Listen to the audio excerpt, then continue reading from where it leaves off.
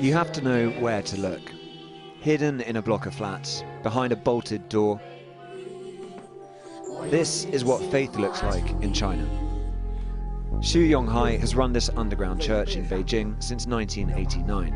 He's been to prison or re-education through labor camps 3 times because of his beliefs.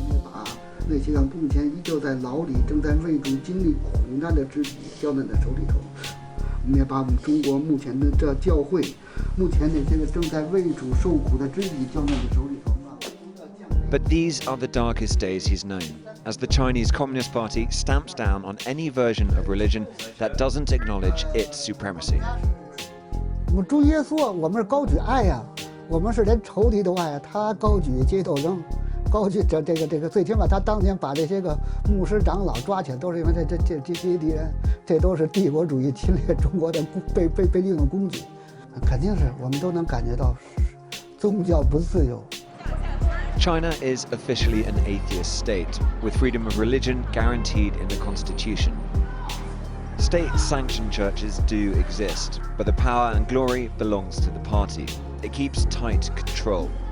Worshippers are registered, CCTV cameras fitted, and the Bible is even being retranslated by the government to ensure what they call correct understanding. 你们是什么情况？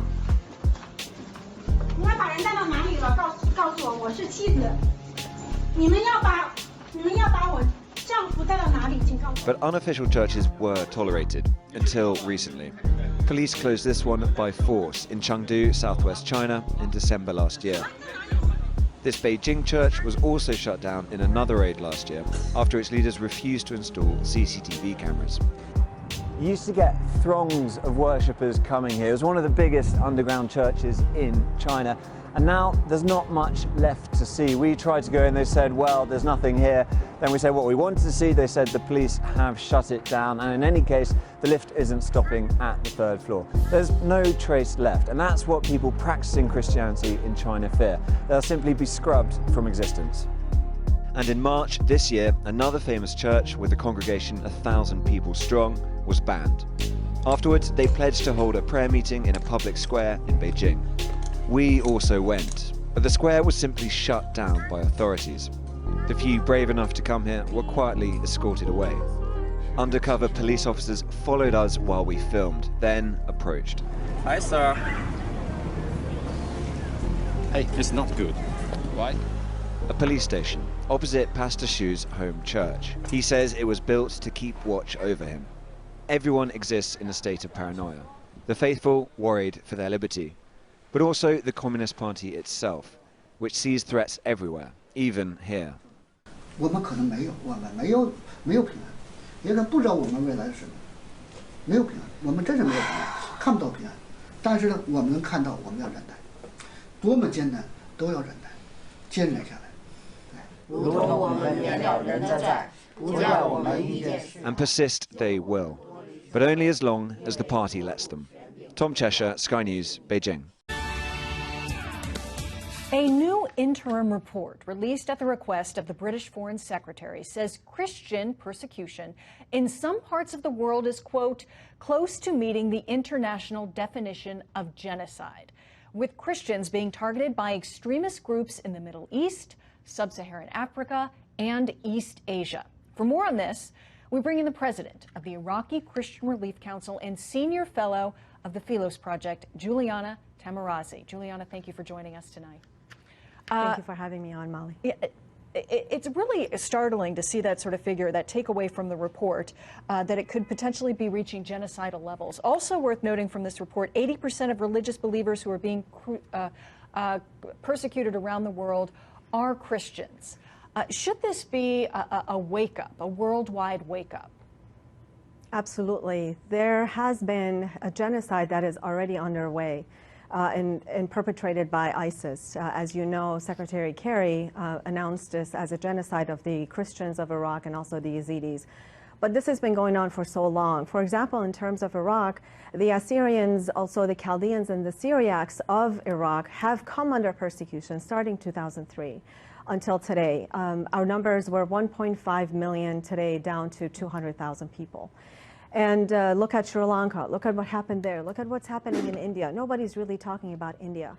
So we're grateful for Secretary Hunt and also Ambassador at Large Brownback for really stepping up to do something in a positive way, in a more meaningful way. But there's so much that needs to get done still worldwide. According to Open Doors report, 1 out of 9 Christians, Molly, across the world are being persecuted today.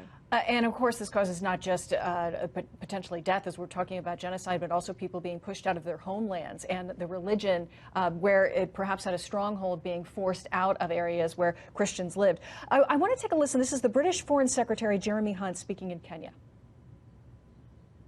Around 250 million Christians being persecuted, 3,000 losing their lives last year alone, and that's increasing. And there are many different reasons for that: religious conservatism, politicians playing on people's religious prejudices, state-sponsored oppression, terrorism. He also talked about political correctness. Do you think that plays a role? Absolutely.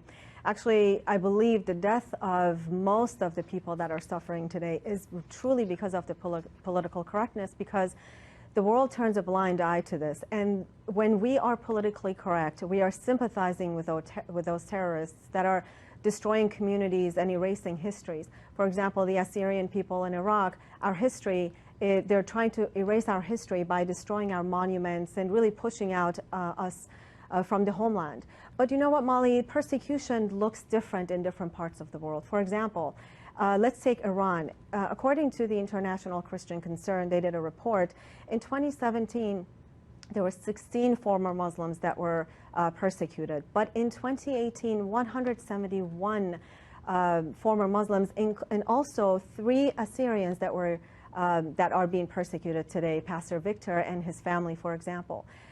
In Egypt, they are giving the Christians a hard time to legalize churches. Mm-hmm. We saw what ISIS did in Sri Lanka. So the way we answer every persecuted situation, it has to be different. Right. For example, Boko Haram in Nigeria. We have to deal with them differently. And perhaps these horrific attacks in Sri Lanka also will be seen as a wake-up call. Juliana Tamarazi, thank you so much for joining us today. Thank you for having me on. Thank you.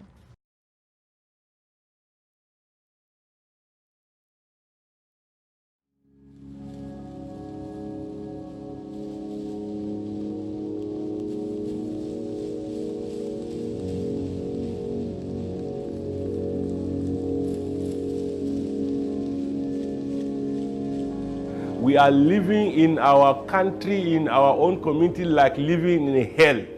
It is so painful. It is very, very painful. Our people are still suffering. Most especially Christians. They are the ones that their churches got burnt, their houses got burnt, they destroyed their farms, destroyed their stores, destroyed everything. And you know, one thing that encouraged us was the faith in Christ Jesus. If you ask them, they will tell you they thank God Jesus because He has saved them, He has delivered them, and they are not going to give up their faith because Jesus had died for them. When we see our brothers coming from outside, just like this one, we are so excited. We see as if Messiah has come. We see as if people have understood our problem or have seen what we are passing through, and they have come to identify with us.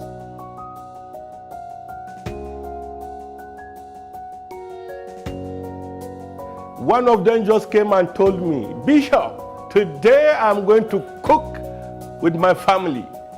You can see the excitement. I said, "That is good, brother." And he went to pick his bag of rice.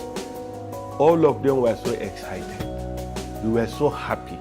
Next Sunday is going to be testimony in all the churches because it's going to be a testimony of provision.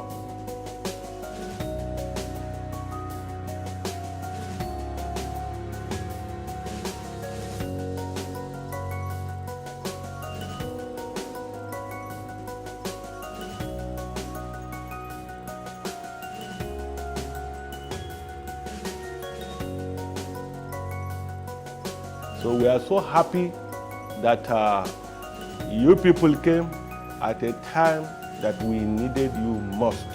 Your prayers can go a long way to provide protection for all of us in the Northeast. So we want to thank God for what God is going to use any one of you to do, especially to the Northeast. Thank you, and God bless you. Thank you very much.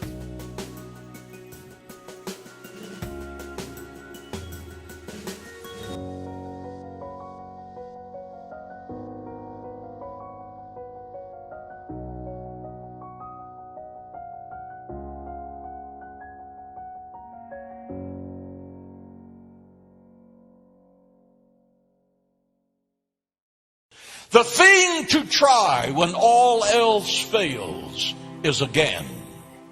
The person who really wants to do something finds a way. The person who does not finds an excuse. The person who prevails is the person who refuses to give up. The person with the mental toughness is the person who will triumph. The testing of your faith produces perseverance. The man who can get up one more time than the time he's knocked down is going to be the winner. Being knocked down is not a problem, but staying down is a problem. Get up, because success begins by getting up one more time than you've been knocked down. The Bible declares in Proverbs 24:16, listen to this: for though a righteous man falls 7 times, he rises again. For though a righteous man falls 7 times, he rises again. Again. You're not a failure for falling down. You're a failure for staying down. You know, it's amazing how many people in the world have done phenomenal things after having failed numerous times in their life. And so failure doesn't have to be the end. Making mistakes doesn't have to be the end. I think most people, if they're going to be successful, they have to press through some things. And one of the things that we tend to do, or one of the lies that the enemy tells us is, well, there's just no way. There's no way. There's no way out. But we have to remember that there's always a way out. And those of us who are believers in Jesus Christ know that He said in John 14:6, I am the way. We may not know the way, and He may not be telling us the way, but He wants us to believe that He is the way maker. God will make a way for you, but He does require you to never give up. You may be tired today. You've been dealing with a challenge in your health, a relationship, in your finances for years. You used to believe that you would overcome, but now you're worn down. You don't think it's ever going to happen. Let me encourage you. What God promised, He's still going to bring to pass. You may have given up, but God has not given up. He has your healing, your breakthrough, your promotion, the right people. Now do your part. Get your passion back. Start taking hold of His strength. Don't allow that weariness in. The enemy wouldn't be fighting you so hard unless he knew you were close to your victory. He couldn't take you out, so he's trying to wear you out, get you weary, discouraged. Don't fall into that trap. All through the day, Lord, thank you that you're renewing my strength. Thank you that I will soar like the eagles. Thank you that I am strong in the Lord. That battle may be taking a long time, but I believe right now, strength is coming into you. Hope is coming into you. God is filling you with fresh courage, determination, vision. You will run and not be weary. You will walk and not faint. Don't give up on yourself, because if you do, then what you're saying is God's not big enough to change me. There's nobody that is beyond change. God can change every single one of us. I don't want you to give up. I don't want you just to throw in the towel and quit. If all you can do right now is just get out of that bed and walk across the room, do something. And if you'll do what you can do, God will do what you cannot do. The difference between possibility and the impossible lies in your own personal persistence. Persistence is the path to victory for every champion. Run to win. Be a champion for Jesus Christ. Fight the good fight. Endure hardness as a soldier of Jesus Christ. Press on in the heat of spiritual warfare. Press on in the darkest night of your sorrow, when you've lost the dearest on earth. Press on when all seems lost and hopeless. Press on when your dreams have been shattered and seem hopelessly outdated.